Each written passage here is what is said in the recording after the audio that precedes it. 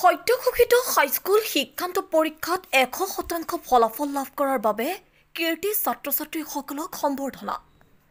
লাওখোৱা শিক্ষা খণ্ডৰ অন্তৰ্গত 2 নং ভাটিয়াখালীস্থিত অতিকৈ পিছপৰা অঞ্চলত 2015 চনত স্থাপিত হৈছিল শংকৰদেৱ আজানপীৰ জাতীয় বিদ্যাপীঠ। গুণগত মানদণ্ডৰ এখন ব্যক্তিগত খণ্ডৰ বিদ্যালয়খনে ভাটিয়াখালীলৈ গৌৰৱ কঢ়িয়াই আনিবলৈ সক্ষম হৈছে। আজি কীৰ্তি ছাত্ৰ-ছাত্ৰীসকলক সম্বৰ্ধনা অনুষ্ঠানৰ লগতে মুকলি সভাৰ আয়োজন কৰে। দিনজোৰা বৰ্ণাঢ্য কাৰ্যসূচীৰে বিদ্যালয়খন আটক ধুনীয়াকৈ সজাই পৰাই তোলা পৰিলক্ষিত হৈছে। বিদ্যালয়ৰ পৰা 100% ফলাফল লাভ কৰা কীৰ্তি ছাত্ৰ-ছাত্ৰীসকলক বিদ্যালয় পৰিচালনা সমিতিৰ ফালৰ পৰা এখনি ফুলাম গামোচা জাপি মানপত্ৰ আদিৰে সম্বৰ্ধনা জনায়। আজি পুৱাৰ ভাগতে বিদ্যালয়ৰ প্ৰাংগণত অনুষ্ঠিত কৰা হয় এই সম্বৰ্ধনা অনুষ্ঠান। উল্লেখযোগ্য যে বিদ্যালয়খনৰ পৰা মুঠ 11 গৰাকী পৰীক্ষাৰ্থী অৱতীৰ্ণ হৈছিল। তাৰ মাজতে 2জনে ষ্টাৰ নম্বৰ, 3জনে প্ৰথম বিভাগ, 5জনে দ্বিতীয় বিভাগ আৰু 1জনে তৃতীয় বিভাগত উত্তীৰ্ণ হয়। এই ফলাফলক কেন্দ্ৰ কৰি শিক্ষক-শিক্ষয়িত্ৰীৰ লগতে অভিভাৱক-অভিভাৱিকাসকলো যথেষ্ট উৎফুল্লিত হৈছে।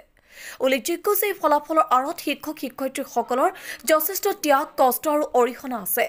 এই অঞ্চলৰ শিক্ষিত যুৱককেইজনৰ অশেষ কষ্ট আৰু প্ৰচেষ্টাত শংকৰদেৱ আজানপীৰ জাতীয় বিদ্যাপীঠ বিদ্যালয়খন স্থাপিত হৈছিল।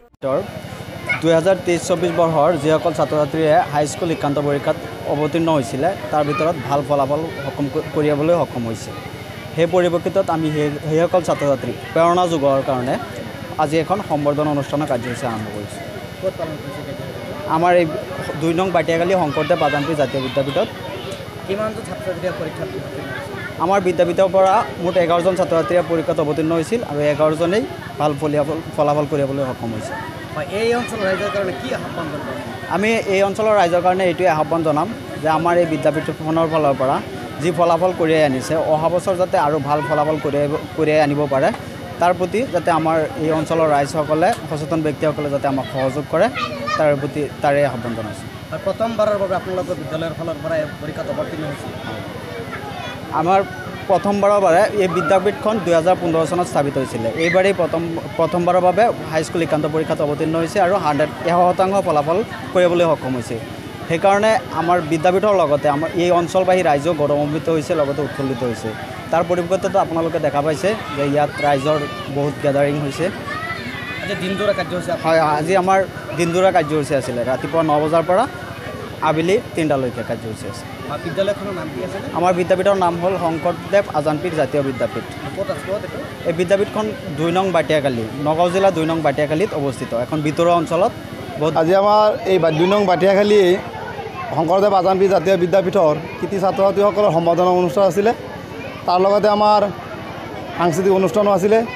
আজি আমাৰ 9টা বজাৰ পৰা আমাৰ সাংস্কৃতিক অনুষ্ঠান আৰম্ভ হৈছে, লগতে আমাৰ সম্বৰ্ধনা অনুষ্ঠানো আৰম্ভ হৈছে।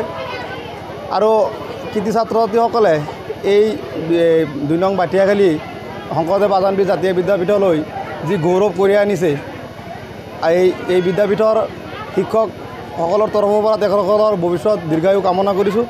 আগন্তুক দিনক যাতে এই বাটিয়াখালী অঞ্চললৈ যাতে গৌৰৱ কঢ়িয়াই আনিব পাৰে, তাৰ কাৰণে আমি এই বিদ্যাপীঠৰ তৰফৰ পৰা কৃতজ্ঞতা ও শুভেচ্ছা জনাইছোঁ। যাতে আগন্তুক দিনতো এই বিদ্যাপীঠলৈ যে ছাত্ৰ-ছাত্ৰী যাতে আগন্তুক দিনত ভাল ৰিজাল্ট কৰিব পাৰে, তাৰ বাবে মই বিদ্যাপীঠৰ তৰফৰ পৰা আজানপীৰ জাতীয় বিদ্যাপীঠৰ 2023-24 বৰ্ষৰ যিখিনি শিক্ষাৰ্থী হাইস্কুল শিক্ষান্ত পৰীক্ষাত উত্তীৰ্ণ হৈছে, সেইসকলক সম্বৰ্ধনা দিবৰ বাবে আজি সম্বৰ্ধনা অনুষ্ঠান আয়োজন কৰিছে আৰু আমি তাত আমন্ত্ৰিত অতিথি হিচাপে আহিছোঁ।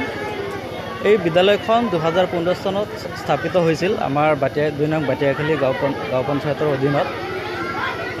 আমি ভবাৰ অতীত আজি 2023-24 বৰ্ষত এই বিদ্যালয়খনে প্ৰথমবাৰৰ বাবে হাইস্কুল শিক্ষান্ত পৰীক্ষাৰ আয়োজন কৰিছে। ইয়াৰ পৰা হাইস্কুল শিক্ষান্ত পৰীক্ষাত ল'ৰা ছোৱালী অৱতীৰ্ণ হৈছে আৰু শিক্ষাৰ্থীসকলে যে ইমান ধুনীয়া, ইমান ভাল ৰিজাল্ট কৰিব আমাৰ কল্পনাৰ অতীত আছিল।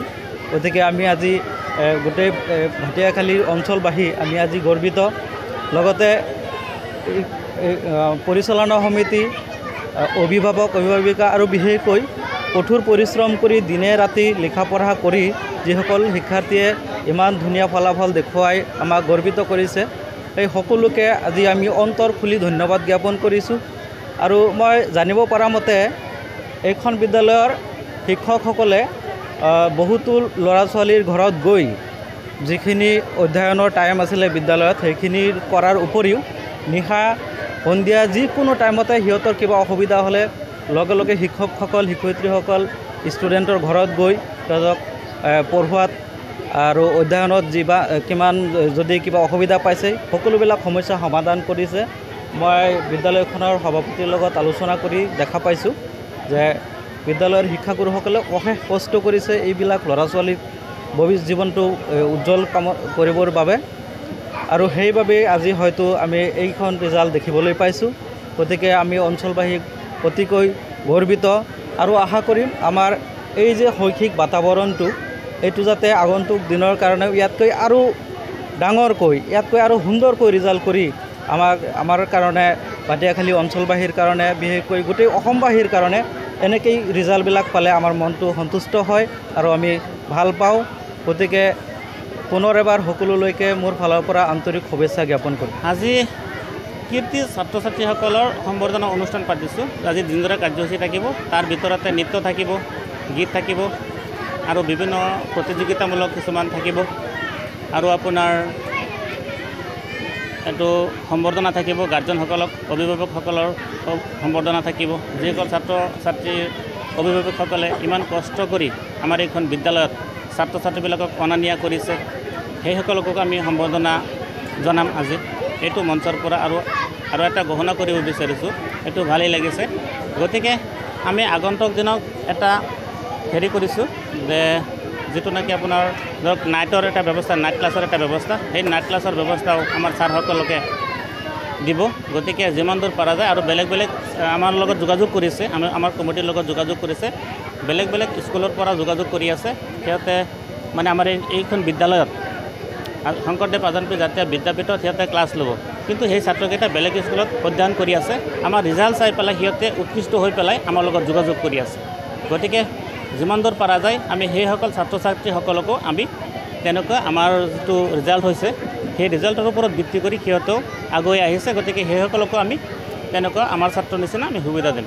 এই অঞ্চলৰ ছাৰ বাইদেউসকলক বহুত ধন্যবাদ জনাইছোঁ সেইবাবে যে আগন্তুক যি ছাত্ৰ ছাত্ৰীসকলে ফাইনেল পৰীক্ষাটো দিব সেইসকলৰ যাতে আমাতকৈও ভাল ৰিজাল্ট হয় তাৰ বাবে এই অনুষ্ঠানটোৱে সিহঁতৰ মনত প্ৰেৰণা যোগাব আৰু এই এনেকুৱা অনুষ্ঠান সকলোতে হ'ব লাগে আৰু ছাত্ৰ ছাত্ৰীসকলৰ মনত প্ৰেৰণা যোগাব লাগে। Bureau' report, detox.